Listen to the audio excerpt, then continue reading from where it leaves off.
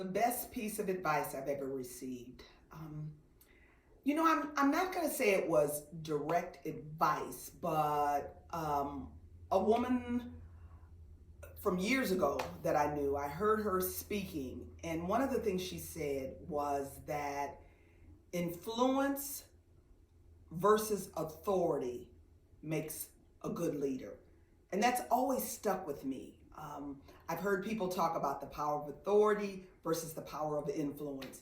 And in my mind, to be a good leader, it's more about the power of influence and not the power of authority. And that's always stuck in my mind. I think I'd say two things to any individual, and particularly a woman who's going to work for herself. One is you will never, ever work harder for anyone than you will work for yourself. So know that going in. Secondly, surround yourself with good folks. You don't know everything. You don't even know what you don't know.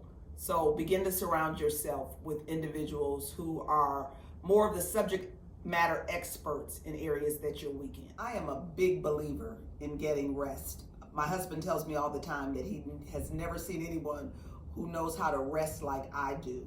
When I know I'm not going out in the evenings after a busy day, I come in the door getting undressed.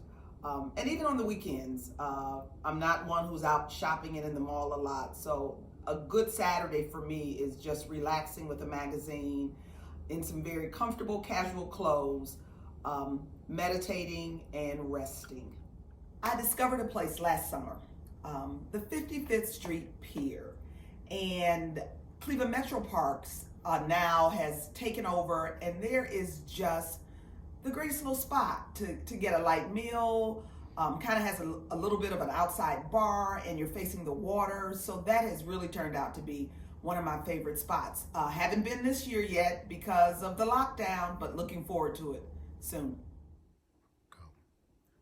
I currently serve on the board of trustees of the Cleveland Foundation and also Benjamin Rose Institute on Aging. And clearly, we all know that there still is a lack of people of color, particularly African American women, serving on these boards. And what I challenge these organizations, and more so the women who are preparing themselves, is that when you get your turn at the seat, be prepared to have impact and influence. I always say, why have a seat at the table if you're not there to make significant change for years to come? I really struggled with trying to come up with someone that I admire, and I gave it so much thought, and all I could really come back to was my mom.